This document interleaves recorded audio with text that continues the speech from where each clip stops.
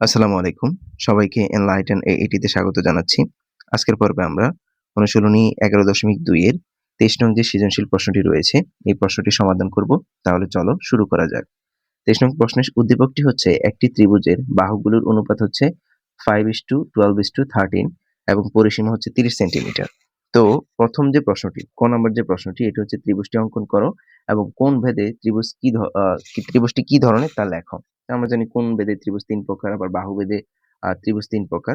আমাদেরকে ত্রিভুজটি আঁকতে হবে, তারপর ত্রিভুজটি কি ধরনের এটা লিখতে হবে। তো এখানে দেখেন ত্রিভুজের ৩ টা বাহুর অনুপাত দেওয়া আছে এবং তার পরিসীমা দেওয়া আছে। পরিসীমা আসলে কি? পরিসীমা জিনিসটা হচ্ছে যদি আমি বলি ত্রিভুজের পরিসীমা কি? তাহলে ত্রিভুজের ৩ বাহুর সমষ্টি। যদি বলি চতুর্ভুজের আ আ পরিসীমা কি? তাহলে চতুর্ভুজের ৪ বাহুর সমষ্টি। পরিসীমা হচ্ছে আসলে একটা আকৃতি যতগুলা বর্ডার আছে মানে এখানে যতগুলা বাহু আছে যেমন এটা ৩ টা বাহু, এই ৩ বাহুর সমষ্টি অর্থাৎ ৩ টা বাহুকে যোগ করলে ৩০ সেন্টিমিটার হবে।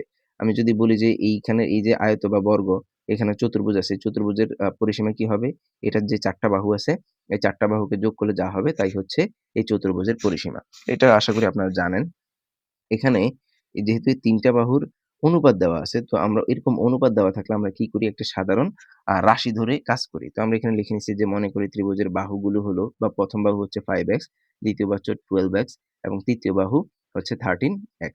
তাহলে এখান থেকে অবশ্যই আমরা লিখতে পারি প্রশ্ন মতে 5x + 12x + 13x সমান হচ্ছে 30। কেন? কারণ ত্রিভুজের ৩ বাহুকে যোগ করলে অবশ্যই আমরা পরিসীমা পাবো। তাহলে এখানে এই ৩ টা যোগ করে পাই হচ্ছে আমরা 30 বা এখান থেকে ৩ টা যোগ করলে হয় 30x সমান হচ্ছে 30। x এর মান এখান থেকে পাই হচ্ছে আমরা 1। তাহলে ১ম বাহুটা কি হবে?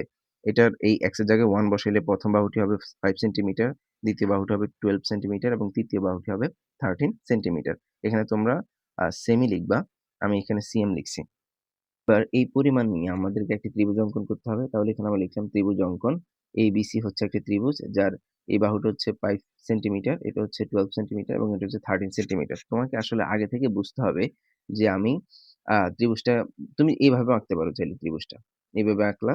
তো এখানে দিলা হচ্ছে তুমি 13 সেন্টিমিটার, এখানে দিলা হচ্ছে এখানে দিলা 12 সেন্টিমিটার, এখানে 13 সেন্টিমিটার এবং এখানে 5 সেন্টিমিটার দিলা। কোনো সমস্যা নাই। এখন তোমাকে বলছে যে ত্রিভুজটা আসলে কোন ভেদে কোণ ভেদে ত্রিভুজটি কি ধরনের এই ব্যাপারটা তোমাকে বের করতে হবে। তো এই অঙ্কের ক্ষেত্রে যদি এখানে বলতো যে বাহু ভেদে কি ত্রিভুজটি কোন ধরনের? তাহলে দেখো এখানে ১২, এখানে ১৩, এখানে ৫। বাহু ৩ টা কি সমান? সমান না। তার মানে আমি বলতে পারি যে বাহু ভেদে এটা হচ্ছে বিষমবাহু ত্রিভুজ। কিন্তু এখানে কোণ ভেদে আমাকে বের করতে হলে অবশ্যই বুঝতে হবে যে এটার আম যেকোনো একটা কোণের পরিমাণ বাই করতে হবে। যদি 90 ডিগ্রি হয়, কোণ ভেদে আমরা জানি আ ত্রিভুজ হচ্ছে ৩ প্রকার সমকোণী, স্থূলকোণী এবং সূক্ষ্মকোণী। তাহলে এখানে আমরা দেখব যে এইখানে এই যে এটা কত ১২ সেন্টিমিটার আর এখানে হচ্ছে ৫ সেন্টিমিটার। এখানে যদি ১২ সেন্টিমিটার বর্গ যোগ ৫ সেন্টিমিটার বর্গ করি, তাহলে এখানে পাই ১৪৪ যোগ ২৫ পাই হচ্ছে ১৬৯। ১৬৯ মানে হচ্ছে ১৩ স্কয়ার বা 13 স্কয়ার। তার মানে এখানে দেখেন এটা অবশ্যই পিথাগোরাসের একটা উপপাদ্য। অর্থাৎ এই যে অতিভুজ এখানে এইটার বর্গ অর্থাৎ যেকোনো ২ টা বাহুর বর্গের সমষ্টি ৩য় বাহুর বর্গের সমান। তাহলে দেখো এখানে এই ২ টা বাহুর বর্গের সমষ্টি ৩য় বাহুর বর্গের সমান হইছে। তার মানে এখানে আমরা বলতে পারি অর্থাৎ AB square plus BC square সমান হচ্ছে AC। অর্থাৎ এটা কি?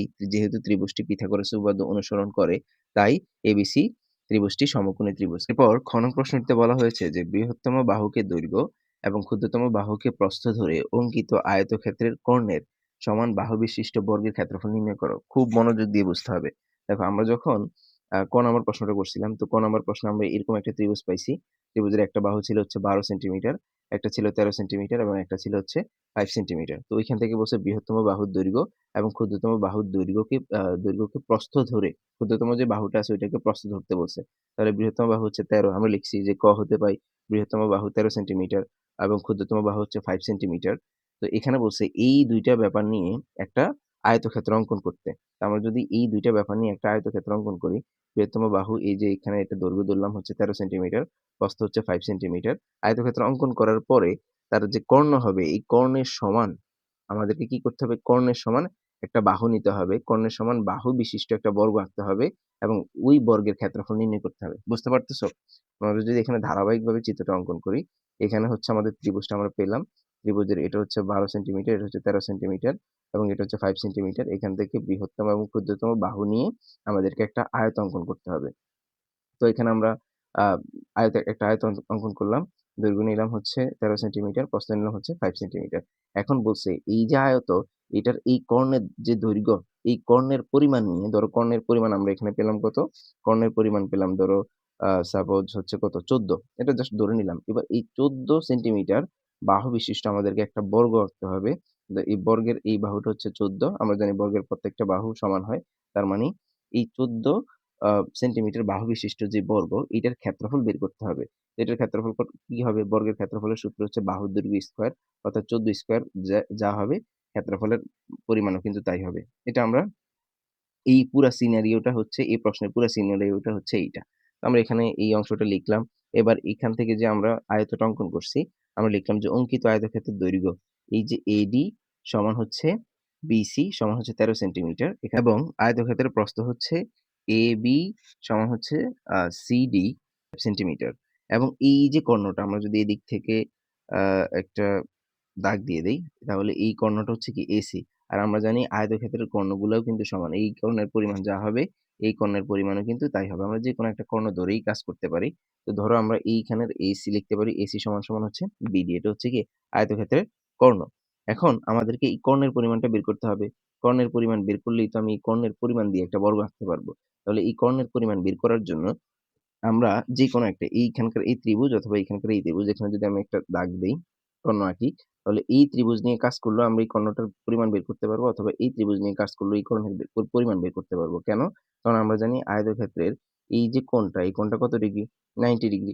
আর 90 ডিগ্রি কোণের মধ্যে কি পিথাগোরাস উপপাদ্য এপ্লাই করা যায়? এপ্লাই করলে আমরা এই যে অতিভুজ, এটা হচ্ছে আমার কি এই কোণটা তখন অতিভুজ হবে।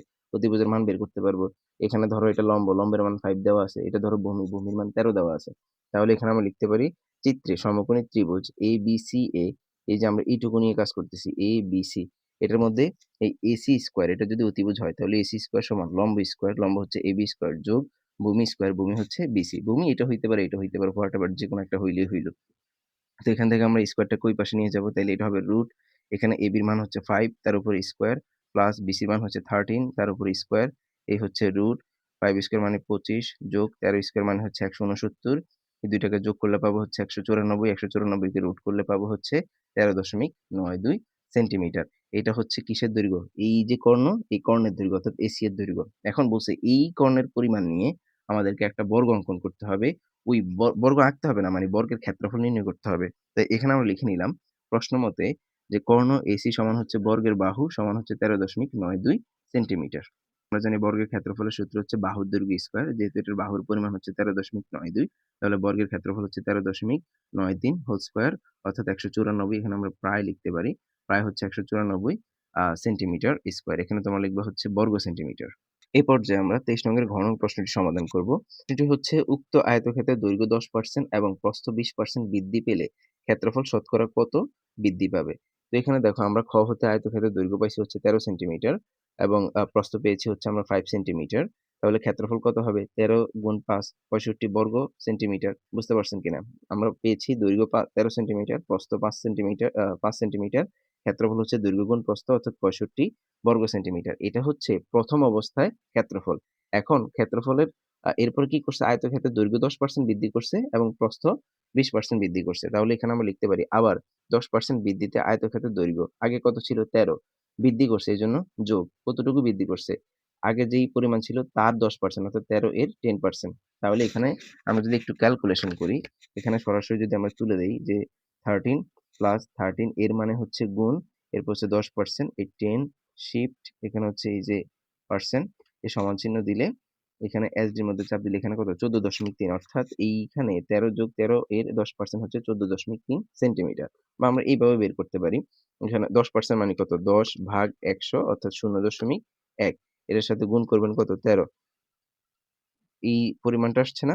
এই পরিমাণের সাথে কি করবা? যোগ করবা 13 যোগ 13, তাহলে এখানে আমরা পেলাম কত? 14.3, অর্থাৎ আমরা 10% বৃদ্ধিতে আয়তক্ষেত্রের দৈর্ঘ্য কত?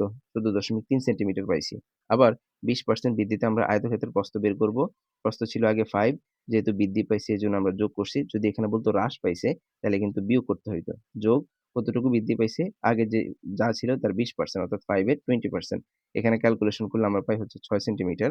তাহলে বলেন তো 10% বৃদ্ধি আর 10% দৈর্ঘ্য বৃদ্ধি আর 20% প্রস্থ বৃদ্ধিতে নতুন ক্ষেত্রফল হইতেছে দৈর্ঘ্য গুণ প্রস্থ। এখানে দৈর্ঘ্য 14.3, প্রস্থ হচ্ছে 6, তাহলে দৈর্ঘ্য গুণ প্রস্থ এখানে আমরা পেলাম হচ্ছে 85.8 বর্গ সেন্টিমিটার। তাহলে দেখো আগে ক্ষেত্রফল ছিল হচ্ছে 65 বর্গ সেন্টিমিটার, এখন ক্ষেত্রফল হচ্ছে 85.8 বর্গ সেন্টিমিটার। ক্ষেত্রফল কি বৃদ্ধি পাইছে? এখানে বুঝতে হবে যে ক্ষেত্রফল বৃদ্ধি পাইছে কিনা হ্রাস পাইছে। কারণ অনেক সময় প্রশ্নের মধ্যে বলা থাকে যে ক্ষেত্রফল শতকরা কত বৃদ্ধি বা হ্রাস পেল। তখন বৃদ্ধি পাইছে না হ্রাস পাইছে এটাও কিন্তু বুঝতে হবে। যেমন আগে কম ছিল এখন বাড়ছে, তার মানে বৃদ্ধি পাইছে। কতটুকু বৃদ্ধি পাইছে? এই যে আমরা লিখে নিলাম যে ক্ষেত্রফল বৃদ্ধি পেল এই 85.8 থেকে 65 বিয়োগ করলে এখানে পাই হচ্ছে আমরা 20.8 বর্গ সেন্টিমিটার। অর্থাৎ ক্ষেত্রফল বৃদ্ধি পেয়েছে 20.8 বর্গ সেন্টিমিটার। সুতরাং ক্ষেত্রফল শতকরা বৃদ্ধি পায় কতটুকু বৃদ্ধি পায়? আগে যে ক্ষেত্রফল ছিল এটা থাকবে নিচে। এটা আমরা অনুশীলনের অঙ্কগুলো সমাধান করার ক্ষেত্রেও বিস্তারিত আলোচনা করছি। যে আগে যে ক্ষেত্রফল ছিল এটা থাকবে নিচে। যে পরিমাণটা বৃদ্ধি পাইছে তা থাকবে উপরে। যেহেতু শতকরায় বের করতে হবে এইজন্য ১০০ দ্বারা গুণ করব। তাহলে এখানে আমরা এটাকে ভাগ করে ১০০ দ্বারা গুণ করলে এখানে পাই ৩২। অর্থাৎ যেই ক্ষেত্রফলটা শতকরা ৩২% বৃদ্ধি পেয়েছে। আজকে এই পর্যন্তই। দেখা হচ্ছে পরবর্তী ক্লাসে। পরবর্তী ক্লাসে আমরা ২৪ নং সৃজনশীল প্রশ্নের সমাধান করব। সকলের সুস্থতা কামনা করছি এবং পরবর্তী ক্লাস দেখার আমন্ত্রণ জানিয়ে এখানে শেষ করছি। আল্লাহ হাফেজ।